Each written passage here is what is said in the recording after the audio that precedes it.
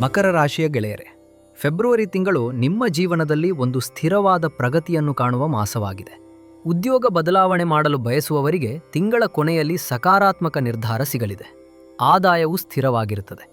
ಜಮೀನು ಅಥವಾ ಮನೆಗೆ ಸಂಬಂಧಿಸಿದ ಹೂಡಿಕೆಗಳು ಈ ತಿಂಗಳು ಲಾಭದಾಯಕವಾಗಿರುತ್ತವೆ. ಹಠಾತ್ ವೆಚ್ಚಗಳು ಬಂದರೂ ಸಹ ನೀವು ಅವುಗಳನ್ನು ನಿಭಾಯಿಸಲು ಸಾಧ್ಯವಾಗುತ್ತದೆ. ಕುಟುಂಬದಲ್ಲಿ ನಿಮ್ಮ ನಿರ್ಧಾರಗಳಿಗೆ ಹೆಚ್ಚಿನ ಗೌರವ ದೊರೆಯುತ್ತದೆ ಮತ್ತು ಹಿರಿಯರ ಸಂಪೂರ್ಣ ಬೆಂಬಲ ನಿಮಗಿದೆ. ಆರೋಗ್ಯದ ಕಡೆ ಗಮನ ಅಗತ್ಯ. ಮೂಳೆ ಮತ್ತು ಕೀಲುಗಳಿಗೆ ಸಂಬಂಧಿಸಿದ ಸಮಸ್ಯೆಗಳು ಬರುವ ಸಾಧ್ಯತೆ ಇರುವುದರಿಂದ ಕ್ಯಾಲ್ಸಿಯಂ ಸಮೃದ್ಧವಾಗಿರುವ ಆಹಾರವನ್ನು ಸೇವಿಸಿ. ಕೆಲಸದ ಒತ್ತಡದಿಂದ ಆಯಾಸ ಉಂಟಾಗಬಹುದು. ಆದ್ದರಿಂದ ಯೋಗ ಅಥವಾ ನಡಿಗೆಯನ್ನು ಮಾಡುವುದು ಅತ್ಯಗತ್ಯ. ತುರ್ತು ನಿರ್ಧಾರಗಳನ್ನು ತಪ್ಪಿಸಿ ನಿಧಾನವಾಗಿ ಯೋಜಿಸಿ ಕಾರ್ಯನಿರ್ವಹಿಸುವುದೇ ನಿಮ್ಮ ಯಶಸ್ಸಿನ ಹಾದಿ. ನಿರಂತರವಾಗಿ ಎದೆಗುಂದದೆ ಪ್ರಯತ್ನ ಮಾಡಿ ಉನ್ನತಿ ಖಂಡಿತ. ಮುನೀಶ್ವರನಂತಹ ಕಾವಲು ದೈವವನ್ನು ಆರಾಧಿಸುವುದು ವಿಶೇಷ ಫಲ ನೀಡುತ್ತದೆ.